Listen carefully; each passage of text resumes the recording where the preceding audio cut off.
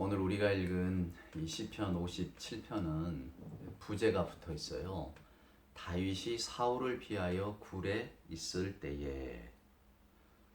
저는 다윗을 생각하면 이런 생각이 듭니다, 여러분. 그 왜 어려서 딱지치기 해보셨습니까? 저도 딱지치기 참 좋아했는데 네모난 딱지 말입니다. 학교 갔다 오면 동네 아이들하고 딱지치기에 정말 시간 가는 줄 몰랐는데요. 딱지치기의 최고의 그 소재는 우유팩이에요, 우유팩.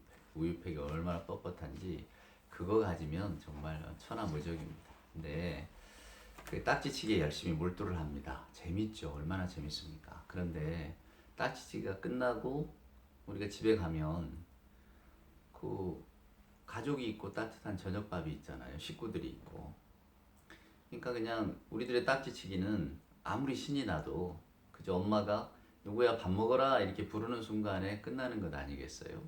그리고 제가 아무리 그 열심히 딱지치기에 몰두하고 있더라도 집에 이제 조금 있으면 저녁이 되고 집에 가면 따뜻한 저녁밥 또 가족들이 기다린다는 것을 알면 거기에 전부를 걸지 않죠, 여러분.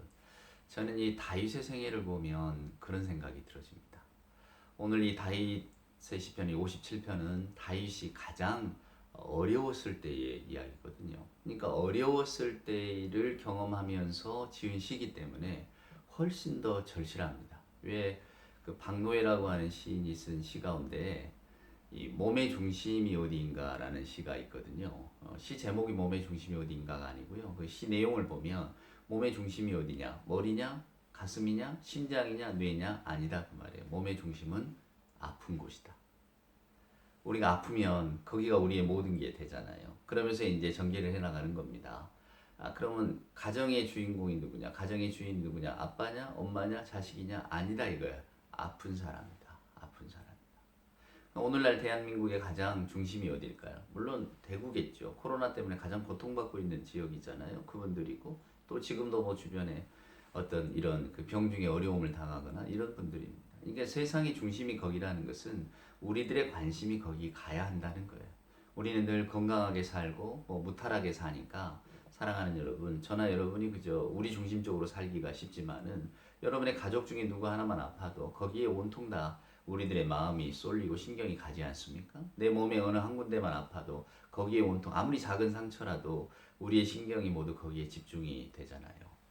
그래서 사람은 아플 때 그런 것처럼 어려울 때에 그 사람의 어떤 그 뭐랄까 본질이 나타나는 것 같습니다. 그러니까 우리가 다윗의 이런 일대기를 쭉 사무엘 상하를 통해서 읽어보면 다윗은 분명히 신앙인이었죠. 그래서 우리가 존경하고 사랑하는 신앙인이지만 그러나 그의 삶을 이렇게 들여다보면 그가 그러면 매 순간 신앙인이었는가? 그것은 아닐 때가 많거든요. 어떤 일들을 선택하고 또 결정하는 순간에 우리가 뭐 일례로 바세바 사건이나 이런 것들을 기억한다면 그것은 전혀 신앙인의 모습이라고 볼 수 없잖아요.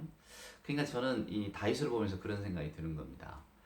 신앙인이란 무엇인가? 신앙인은 마치 신앙을 가진 사람이나 갖지 않는 사람이나 별로 차이가 없는 것 같아 보여요. 일상생활은 늘 똑같이 하고 뭐 생로병사를 똑같이 걷고 또 오욕칠정을 그대로 가지고 있잖아요. 그러니까 그런 것들을 다 가지고 있고 또 생로병사를 겪는 인간이에요. 근데 그러나 그 신앙의 모습이 그러면 어디에서 나타나는가? 그냥 우리와 똑같이 일상의 삶을 살고 밥 먹고 잠자고 나가 일하고 웃고 울고 똑같은 사람인데 그분이 신앙인이라는 것을 어느 때 알 수 있느냐? 바로 아플 때 알 수 있는 거예요. 어려울 때, 어려움을 당할 때, 곤궁할 때, 사랑하는 여러분, 그때 그 사람의 신앙의 가치가 드러나게 되는 겁니다. 오늘 우리가 읽은 이 시편 57편은 다윗이 사울을 피해 굴에 있을 때라고 말하잖아요. 우리는 다윗의 약사를 압니다.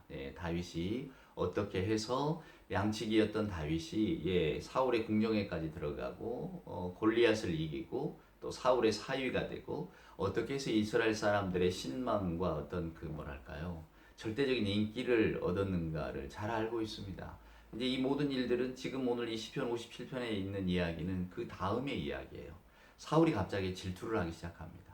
이스라엘의 초대왕으로 부름받았던 기름 부으심을 받았던 사울이 자기보다 훨씬 더 백성들이 사랑하고 잘 나가는 다윗을 보게 될 때에 이제 가장 근원적인 시기 질투의 마음이 올라오는 겁니다. 일단 시기 질투에 사로잡히는 순간 인간은 엉망이 되어 버립니다. 그 감정만 생각이 나거든요. 그래서 우리들도 일상을 삶을 살면서 가장 경계해야 될 어떤 마음자리가 이 시기질투 아니겠어요? 나보다 더 나은 것을 보지 못하는, 또 남이 잘 되는 것에 같이 기뻐해 주지 못하는, 사돈이 뭐 이렇게 밭을 사면 뭐 배가 아프다는 이런 엉뚱한 속담처럼. 근데 그 속담이라는 게 여러분 생활 속에서 나온 이야기들 아닙니까? 실제로 그건 인간의 마음을 그대로 드러내는 겁니다. 괜히 내가 내 돈 가지고 가서 뭐 한 것도 아닌데, 내 돈 빼앗아 간 것도 아닌데, 괜히 나랑 잘 알고 있는 사람이 나보다 더 잘 나가게 되면, 또 나보다 더 많은 것을 얻게 되면 시기 질투하는 마음이 우리에게 있다 그 말입니다. 그러니까 이 사울이 다윗을 대하는 모습을 보면 그래요. 왜 그는 좀 대범하게 대하지를 못했을까? 왜 그는 그 사울은 하나님이 다윗을 보시듯이 좀 보지 못했을까? 이런 마음이 드는 겁니다. 어찌됐건 사울이 질투를 하고 그래서 다윗을 죽이려고 합니다. 다윗의 아내에 있던 미갈 또 그 요나단이라고 하는 사울의 아들이 있잖아요. 미갈은 사울의 딸이고, 어찌됐건 이 사울과 관계된 아들 딸들도 이때는 다윗 편을 들어줘요. 미갈은 죽이려고 하는 사울의 군대를 따돌리고 다윗을 몰래 도망시키고, 요나단 역시 그의 아버지의 일들을 미리 다윗에게 이야기를 해주어서 다윗이 도망가게 만듭니다. 여러분, 이것은 저희들이 어떤 그 인간적인 면으로도 이렇게 돌아다 볼 때에도 아버지 사울의 지금 행하고 있는 일들이 아들이나 딸이 보기에도 정상적이지가 않은 거예요. 그래서 일단은 한번 이 일들에 있어서 내가 사랑하는 다윗을 한번 좀 놔야 되겠다, 이런 생각이 들어서 미리 다윗을 피신시키고 미리 다윗에게 언지를 줘서 도망가서 목숨을 보존하게 만든 거죠. 자, 그래서 다윗이 도망을 갑니다. 맨 처음에 어디로 도망을 가느냐? 이스라엘 광야로 도망을 가죠. 그리고 아둘람 굴이라고 하는 곳에 숨어요. 근데 아둘람 굴에 숨어 있으니까 또 그 소문을 듣고 이스라엘의 온갖 억울한 사정을 가진 사람들이 다 찾아옵니다. 어중이 떠중이죠. 네, 오합지졸이에요. 근데 다윗은 그 사람들을 내치지 않고 그들과 함께 더불어서 이제 살 길을 모색합니다. 이제 그러는 와중에 뭐 블레셋도 돕기도 하고 뭐 여러 가지 살기 위해서 여러 가지 행태를 합니다만은, 그러면서도 끊임없이 사울의 추격을 받아요. 그러니까 오늘 지금 사울을 피해서 굴에 있을 때라고 하는 이 부제가 붙은 이 시편의 배경이 아둘람 굴에 숨어 있을 때인지 아니면 엔게디 이 사막 광야에서 또 굴에 있을 때인지 우리는 알 길은 없어요. 하여간 굴에 여러 숨어 있습니다. 근데 그 엔게디 광야에 있는 한 굴에서는 다윗이 숨어 있는데, 굴 깊숙이 숨어 있는데, 사울이 이렇게 목숨을 빼앗으려고 왔다가 다윗을 죽이려고 왔다가 용변을 보려고 그 굴에 들어옵니다. 몰랐죠, 다윗이 숨어 있는지. 근데 다윗은 그의 옷자락만 베고 또 사울을 살려 보내거든요. 그러면서 내가 어떻게 하나님의 기름 부으심 받은 자를 내 손으로 해할 수 있는가, 뭐 이런 발언을 한단 말이에요. 물론 신하로서의 충성심도 있겠지만 그보다는 다윗이 이렇게 그 이유를 설명한, 내가 어떻게 하나님의 기름 부으심 받은 자를 내가 건드릴 수 있겠는가 라고 하는 그 마음이죠. 그러니까 절체절명의 순간에서도 다윗의 마음속에는 항상 하나님이 그래도 먼저다라는 생각이 들어 있는 겁니다. 사랑하는 여러분, 그런 것들이 이런 일들을 통해서 나타나게 되는 거죠. 그래서 그런 일련의 사건들을 겪고 나서 다윗이 지금 이 시편을 지어서 기도하면서 하나님께 올린 겁니다. 다윗이 굴에 있을 때, 이 말을 뒤집으면 다윗이 가장 어려웠을 때예요. 가장 어려웠을 때. 그러니까 그 마음의 중심이 어디로 갑니까? 어려우니까 하나님께로 가는 겁니다. 어려우니까 사람을 의지하기보다 보다 더 인간의 근원적인 기쁨으로 돌아가는 거예요. 내 근본이 무엇인가? 그러니까 아까 제가 서두에 이야기했지만 한창 딱지치기에 정신이 팔려서 아무리 즐거워도 나는 엄마가 누구야 밥 먹으라라고 부르는 순간에는 집에 가야 된다는 생각이 이제 뻗뜩 나고, 실은 지금 이 순간이 어머니가 부르는 순간이 되는 거죠. 아, 내게는 내가 돌아갈 집과 날 기다리는 식구들이 있구나. 그러니까 자기 근본을 돌아보게 되는 겁니다. 당장의 즐거운 이 딱지치기에 빠져있던 내가 이제 이 즐거움을 놓아야 되는 거죠. 여러분, 이 신앙의 세계라는 것이 실은 이런 것입니다. 이 신앙인이 이런 자리에서 달라지는 거예요. 자, 오늘 다윗이 굴에 피해 있습니다. 자기를 따라온 사람들을 보니 뭐 별로 힘도 없고 뭔가 자기가 새 시대를 열어갈 만한, 도모할 만한 사람들이 아니에요. 막 용맹한 장수들이 있는 것도 아니고, 사울의 군대를 이렇게 맞닥뜨리면은 다윗의 생명을 보존하기보다는 오히려 다윗이 이들의 생명을 지켜줘야 되는 그런 오합지졸 백성들입니다. 서러운 백성들이에요. 근데 그 백성들 도대체 어떻게 이 위기를 헤쳐나가겠습니까? 사울의 눈에 띄면 죽는 것을, 더군다나 굴이잖아요. 굴이라고 하는 것은 안에 있는 게 발각되면 이 다 몰살당하는 겁니다. 피할 길이 없어요. 그러니까 절체절명의 순간을 경험하는 거죠. 그러면서 그 안에서 다윗이 엎드려서 기도를 하는 겁니다. 도저히 빠져나가고 살아날 구멍이 없다고 하는 그 순간에 다윗이 어디에서 희망을 찾는가를 여러분 한번 보세요. 자, 1절부터 한번 볼까요? 다윗은 하나님을 부릅니다. 내게 은혜를 베풀어 주세요. 은혜를 베풀어 주세요. 내 영혼이 주께로 피하되 주의 날개 그늘 아래에서 이 재앙들이 지나가기까지 피하겠습니다. 무슨 말입니까? 나는 이 재앙을 피할 곳은 오직 주의 날개 그늘 아래라는 것만을 알고 있습니다. 라고 하는 거예요. 내가 지금 여기서 누구를 의지하겠습니까? 광야에서 누구를 찾아가겠습니까? 광야에서 어디 피할 길을 찾겠습니까? 오직 하나님의 날개밖에 없다라고 하는 거죠. 마치 이 암탉이 병아리를 품듯 그의 날개 아래 내가 들어갈 수밖에 없습니다. 여러분 이 말은 1절부터 자기가 하나님의 도움 없이는 도저히 살아날 길이 없는 상황이라는 것을 지금 고백하고 있는 거거든요. 아무리 사방을 둘러보아도 자기에게 도움의 손길을 내밀 데가 없는 거예요. 오직 한 분 하나님. 즉 하나님이 아니면 나는 죽습니다. 이 고백을 지금 하고 있거든요. 그래서 2절에 보면 내가 지존하신 하나님께 부르짖으며 곧 나를 위하여 모든 것을 이루시는 하나님께로다. 기가 막힌 신앙 고백 아닙니까? 백석이라고 하는 시인이 있어요. 그러니까 나와 나타샤와 흰 당나귀라는 시에 보면 내가 나타샤를 사랑하기 때문에 지금 한방눈이 펑펑 내린다고 그래요. 대단한 시적 표현 아닙니까? 내가 나타샤를 사랑하기 때문에 오늘 밤에 눈이 내린대잖아요. 이 정도 상상력은 있어야 되는 것 아니겠어요, 우리도? 근데 오늘 다윗 보세요. 나를 위하여 모든 것을 이루시는 하나님. 하나님이 하시는 일은 모두 다 나를 위한 것입니다. 어쩌면 뭐 달리 보면 이것이 뭐 아이고 뭐 이런 이기적인 마음이 어디 있어요라고 하지만 아닙니다. 이건 절대적인 신앙의 고백입니다. 하나님은 나를 위해서 즉 내가 간구하는 것은 무엇이든 다 해주실 거야라고 하는 어린아이와 같은 순수한 믿음이 있는 거잖아요. 지금 다시 뭘 구하는 겁니까? 생명의 보존을 구하는 거예요. 그의 희망의 뿌리를 찾는 겁니다. 내 소망의 근본은 오직 하나님께 있습니다라고 하는 간절한 고백이에요. 그것을 다윗은 이렇게 멋지게 표현합니다. 나를 위하여 모든 것을 이루시는 하나님. 저는 정말 대단한 신앙 고백이라고 생각합니다. 3절에 보세요. 그가 하늘에서 보내사 나를 삼키실 자의 비방에서 나를 구원하실지라. 하나님이 그의 인자와 진리를 보내시리로다. 내 영혼이 사자들 가운데 살며 내가 불사르던 자들 중에 누웠으니 곧 사람의 아들들 중에라. 그들의 이는 창과 살이요 그들의 혀는 날카로운 칼 같도다.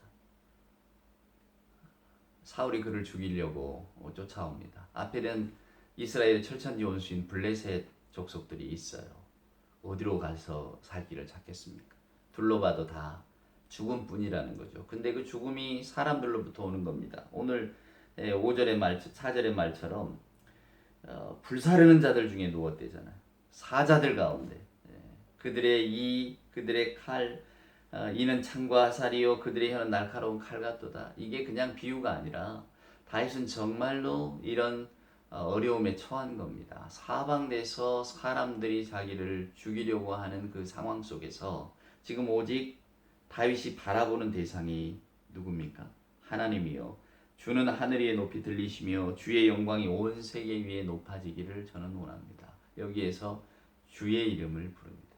여러분 6절 보시면 그들이 내 걸음을 막으려고 그물을 준비하였으니 내 영혼이 억울하도다.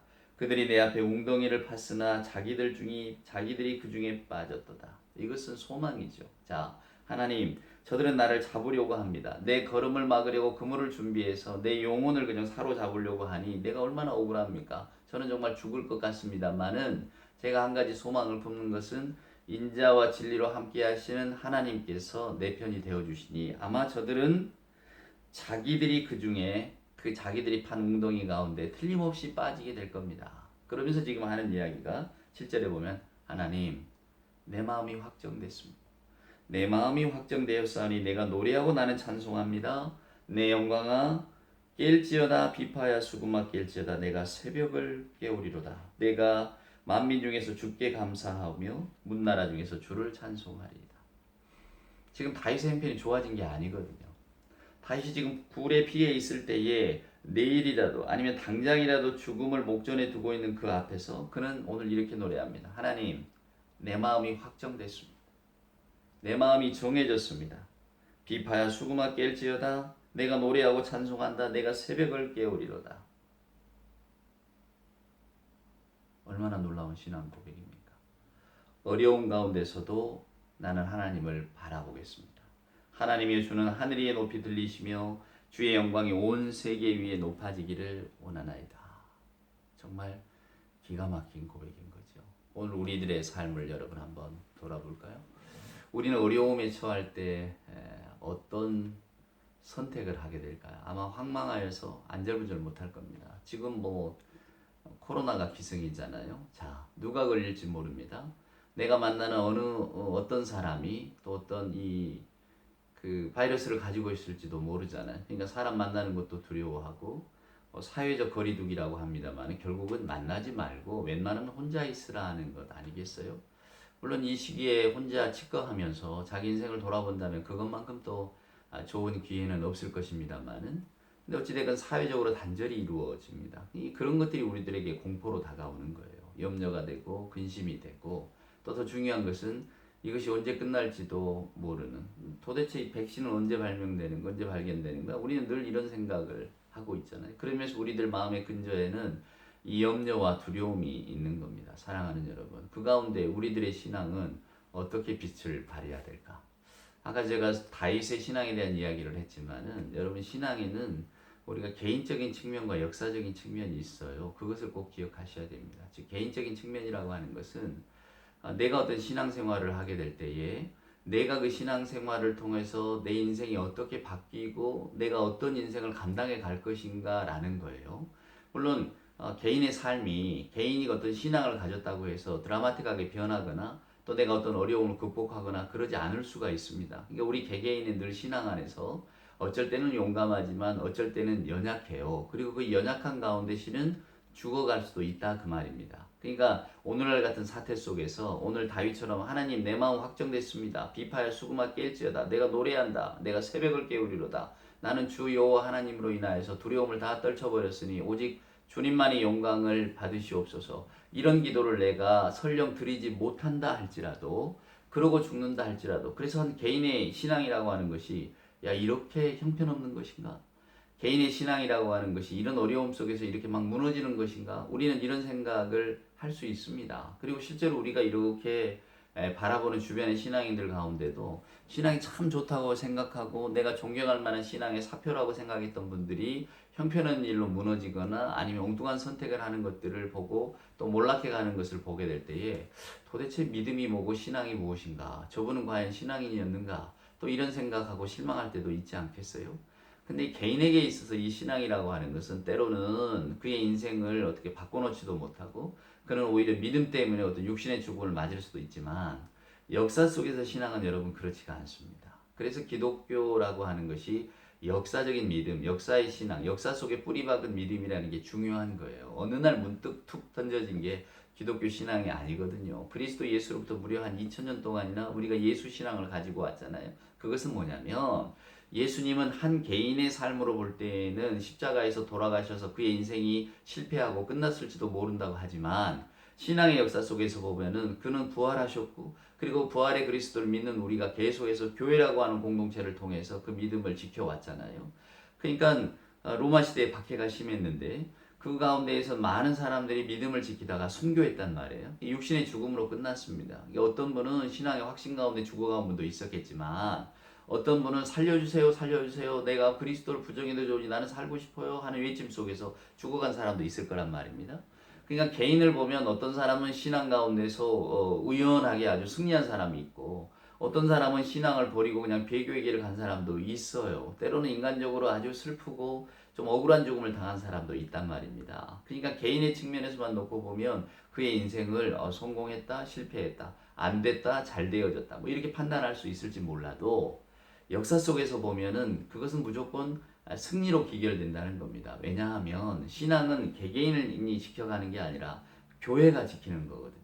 개개인 가운데는 때로는 신앙에 실패한 사람, 신앙에 성공한 사람 뭐 이런 표현이 있어서 좀 죄송합니다만은 신앙을 가지고 끝까지 내 어떤 그 육신의 어려움들을 신앙이라고 하는 큰 명제 아래에서 다 흡수시켜 버리고 신앙이라는 이름으로 그저 후손들에게 신앙의 표사가 된 사람이나 아니면 그저 신앙인으로 살았지만 어려움 가운데에 그냥 신앙의 길을 놓쳐버리고 그냥 평범한 인간으로 그냥 신앙 없는 사람으로 돌아와서 삶을 마감한 사람이나 개개인의 역사는 다 다르지만은 그럼에도 불구하고 이 개개인의 역사가 이 교회라고 하는 공동체 속에서는 항상 신앙의 승리로 나타난다는 이야기입니다. 그래서 우리는 그것을 믿는 거예요. 아까도 제가 말씀드렸지만 다윗은 신앙인이었지만 그가 오욕칠정을 가진 인간으로서 그의 단점도 다 드러내서 보여주었습니다. 즉 신앙 안에서 그 인간이 인간됨을 다 버리고 온전히 신적인 사람으로 살아간 것은 아니라고 하는 것을 보여주었단 말이에요.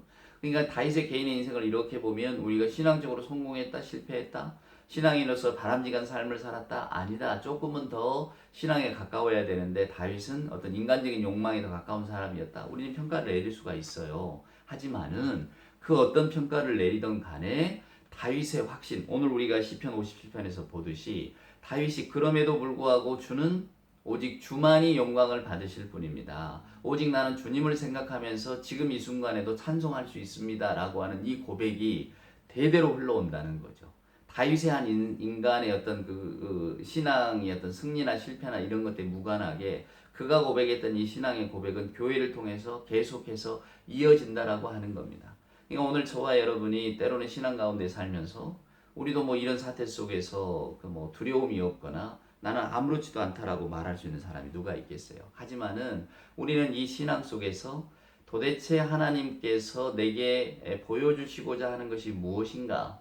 나는 하나님 앞에서 어떤 인생을 살 것인가? 나는 어떤 인간인가? 라고 하는 것을 돌아본다면 그리고 그 신앙 가운데서 결국 우리를 이렇게 교회라고 하는 공동체 속에서 예수 그리스도의 신앙이 면면히 고백되고 승리하신 부활하신 주님의 신앙이 이어지게 될 때에 우리는 이제 거기에 대한 확신을 갖고 살아갈 수가 있는 거죠. 나 하나는 내가 비록 불안과 염려 가운데 오늘 내 생을 마칠지는 몰라도 그럼에도 불구하고 내가 가졌던 신앙은 결국은 승리하게 될 것이다 라고 하는 것, 하나님의 약속은 지켜줄 것이다 라고 하는 그런 믿음을 실은 우리가 더불어 생활하는 교회 공동체가 계속해서 간직하고 붙들고 있는 겁니다.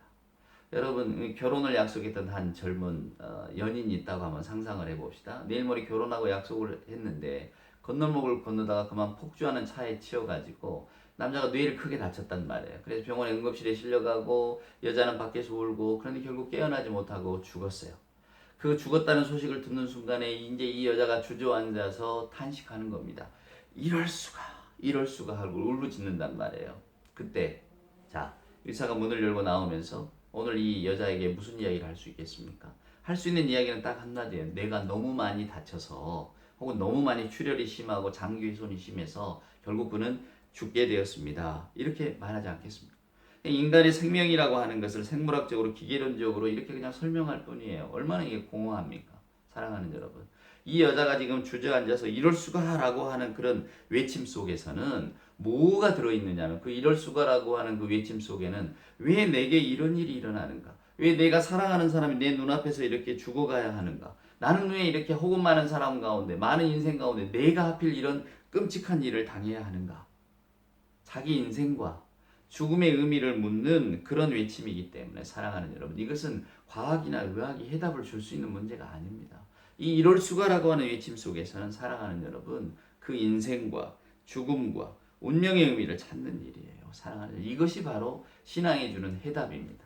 오늘 다윗이 아둘람 굴에서 사랑하는 여러분 외칩니다. 이럴 수가 외치지 않겠어요. 내가 사울에게 행한 일이 뭡니까? 충성입니다. 블레셋에서 구원하고 또 이스라엘 백성을 구원하고 사울의 왕권, 사울의 왕이 다 든든하게 하기 위해서 다윗은 젊은 목숨을 내걸고 싸웠단 말이에요. 전장에서. 근데 오늘 그에게 돌아오는 게 무엇입니까? 사울 왕이 자기를 죽이려고 하는 거예요. 그는 오늘 이 굴 속에서 이럴 수가 탄식할 수 있죠. 이럴 수가 왜 내게 이런 일이 일어나는가? 왜 도대체 저 사울 주변에 있는 사람들이 그저 창을 들고 막 이리와 같이 이빨을 드러내고 나를 죽이려고 하는가? 사방에서 그물을 치고 웅덩이를 파고 나를 빠뜨리려고 하는가? 이럴 수가 나에게 왜 이런 일이 일어났는가? 사랑하는 여러분 이렇게 탄식하게 될 때에 사울이 너를 미워해서 그래. 너는 뭐 왕의 미움을 받았으니까 할 수 없어. 뭐 어떡하겠니? 이게 해답이 될 수 있겠습니까? 오늘 다윗은 하나님 앞에 이 해답을 찾는 겁니다. 하나님, 내가 이런 어려움에 처해 있습니다. 내가 이런 어려움 속에서 금방이라도 죽을 것 같고 소망을 다 놓쳤지만은 나는 하나님께 내 구원자 되신 하나님 그 날개 아래 피하겠습니다. 오직 하나님만 영광 받으십시오. 내가 하나님을 생각하면 나는 오늘 내 마음을 정할 수 있습니다. 나는 오늘 노래할 수 있습니다. 새벽을 깨울 수 있습니다. 나는 힘을 낼 수 있습니다. 이런 고백을 하고 있는 것 아니겠어요? 그래서 이 시편 57편이 사랑하는 여러분 위대한 겁니다. 마지막으로 이 시만 하나 인용하고 제가 마치도록 하겠습니다. 오늘은 시인 이야기가 많이 나옵니다. 이성구라고 하는 시인이 있어요. 그분이 쓴 시 가운데 봄이라는 시가 있습니다. 기다리지 않아도 오고 기다림마저 잃었을 때도 너는 온다. 기가 막힌 시 아닙니까? 기다리지 않아도 오고 기다림마저 잃었을 때도 너는 온다. 저는 이것을 믿음이라고 생각합니다. 자, 우리가 기다리지 않아도 주님의 나라는 옵니다. 저나 여러분이 기다림에 지쳐서 안 올 거야 라고 절망한다 해도 주님의 나라는 반드시 옵니다. 사랑하는 여러분, 주님이 주시는 평강은 반드시 우리를 찾아옵니다. 이 오목한 시절에 사랑하는 여러분, 마치 다윗이 사울에게 쫓겨 불에 들어가 있는 것 같은 이 오목한 시절에 우리의 소망은 어디에 있겠습니까? 그렇습니다. 우리를 사랑하시고 또 당신의 뜻을 꼭 이루어 가시는 하나님, 저나 여러분의 인생에 무엇인가 하나님의 더 큰 뜻을 날마다 깨닫게 하시려고 하는 하나님의 은혜가 거기 있습니다. 그 하나님의 은혜가 있는 한 저나 여러분은 절망하지 않고 쓰러지지 않고 그리고 이 어려움을 이겨낼 수가 있습니다. 그래서 오늘 이 시편 57편의 말씀을 읽으시면서 여러분 모두가 다 하나님 내 마음이 정해졌습니다. 네, 세상은 이렇게 두려움투성이어도 저는 두려워하지 않습니다. 저는 찬송하겠습니다. 왜냐하면 봄이 기다리지 않아도 오듯이 기다림마저 잃었을 때도 봄은 반드시 오듯이 이 어려운 코로나 뭐 다 결국은 극복될 것이고 저희들에게 또 평강을 주셔서 이 어려운 가운데 우리 인생의 의미, 또 요즘처럼 같이 모여 예배를 못하니까 교회의 소중함, 예배의 귀함을 또 알게 하시고 또 다시 모여 예배할 때에 얼마나 또 더 큰 기쁨이 찾아오겠습니까? 네, 이런 것들을 소망하면서 우리가 시편 57편을 읽고 오늘 또 용기 내시고 비파야 수구마 깰지어다 내가 새벽을 노래하리로다 내 마음이 확정됐습니다 라고 하는 다윗의 고백이 오늘 우리 안에 넘쳐나기를 소원합니다. 그래서 오늘 우리가 찬송가를 하나 불러야겠죠? 네, 찬송가는 382장입니다. 너 근심 걱정 말아라. 주 너를 지키리. 주 날개 밑에 거하라. 주 너를 지키리. 주 너를 지키리. 아무 때나 어디서나 주 너를 지키리. 늘 지켜주시리. 우리 찬송 한번 같이 불러보겠습니다. 너 근심 걱정 말아라. 주 너를 지키리.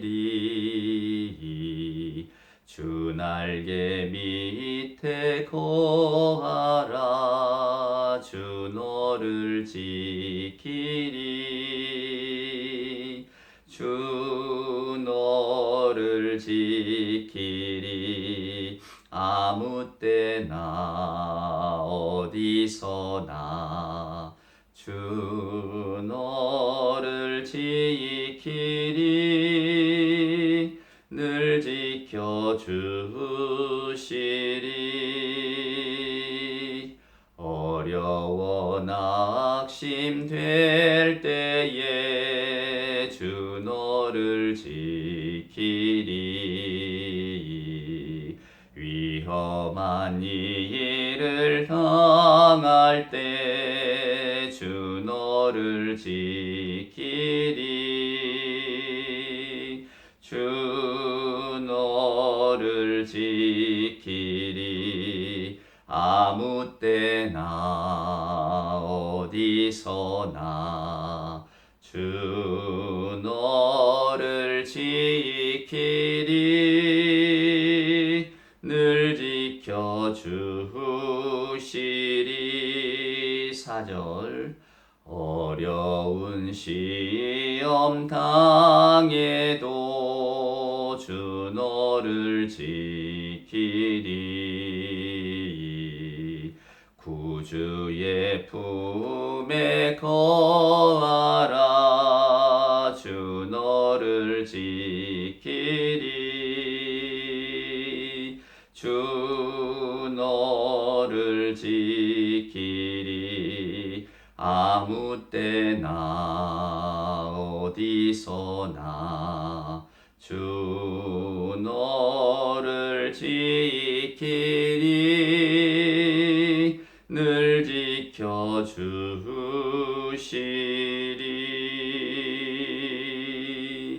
아멘.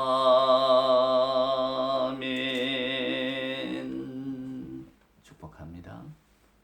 이제는 우리 구주 예수 그리스도 크신 은혜와 아버지 하나님의 만극하신 사랑하심과 자비하신 성령님의 함께하심이 오늘도 주의 날개 그늘 아래 거하며 다윗과 같이 내 마음이 확정되어 싸우니 내가 주 여호와 하나님을 높이겠나이다.